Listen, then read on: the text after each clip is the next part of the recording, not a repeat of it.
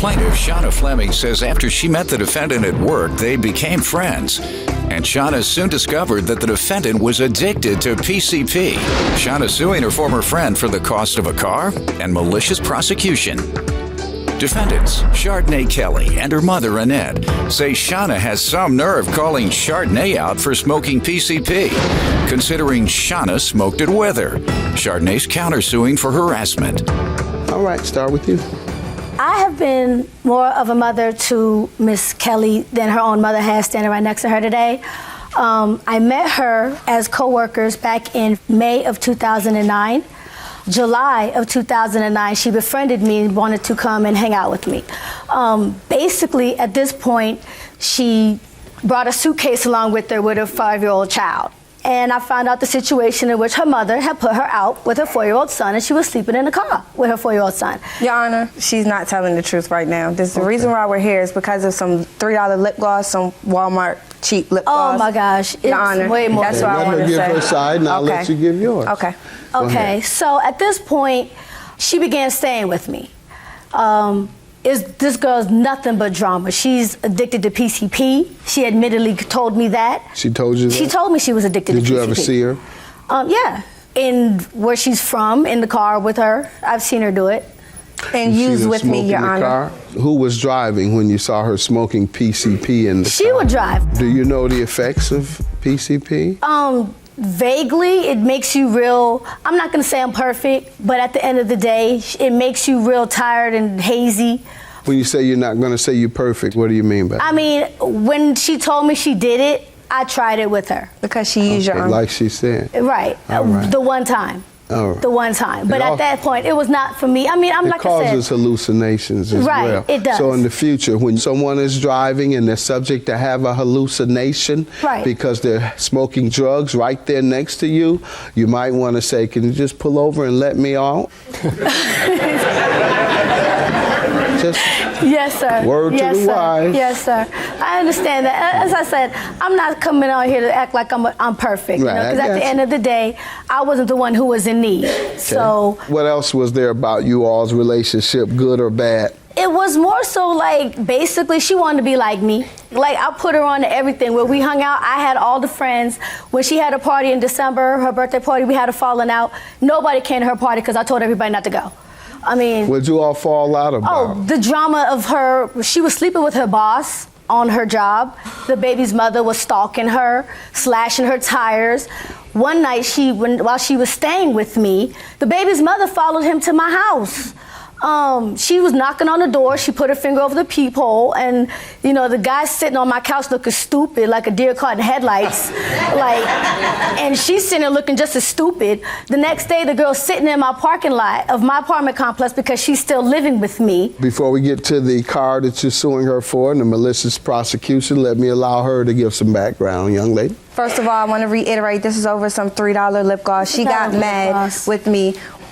In January 2010, I went to the tag expired on my vehicle. She went with DMV with me to renew the tags. I could not because my license was suspended.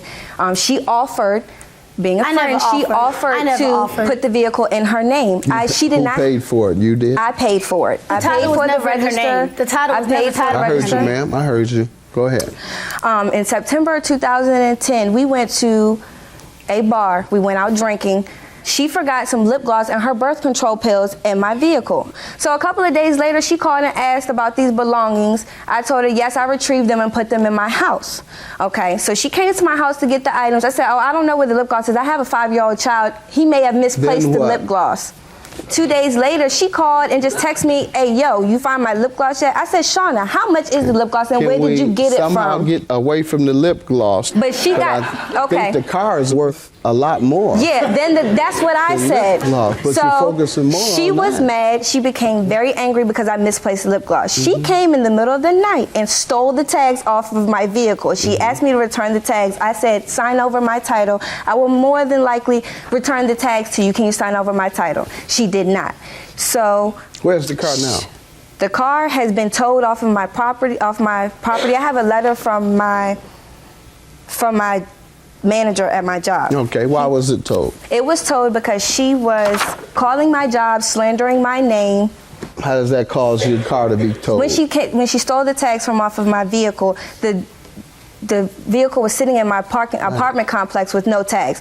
My property manager called me and was like, "Why is your vehicle with no tags? I'm towing the car right now." Okay, I was at work then. That's why they towed it. Yeah. All right, let me hear your side.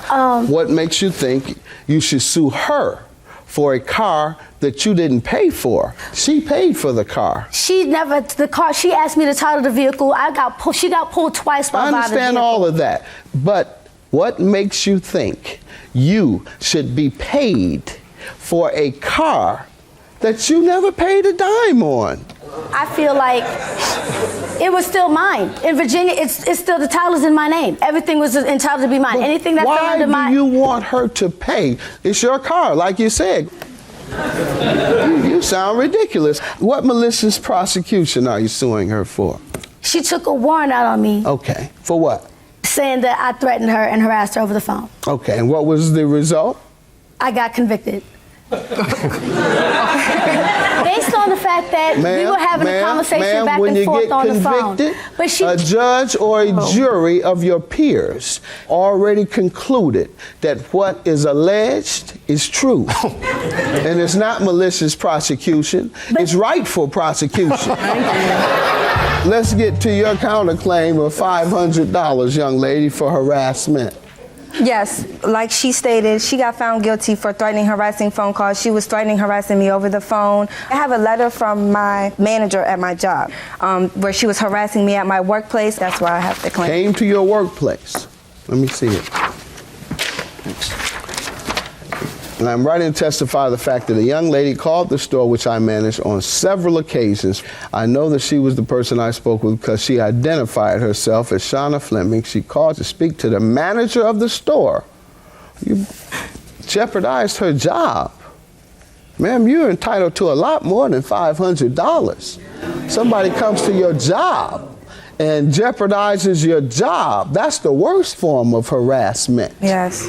And then she's convicted of harassing you all along. I'm going to grant you $2,000, ma'am, for your counterclaim for harassment. And I'm not granting you one dime for a car that she paid for that is in your name. Go find your car. Your claim is dismissed. Have a good day.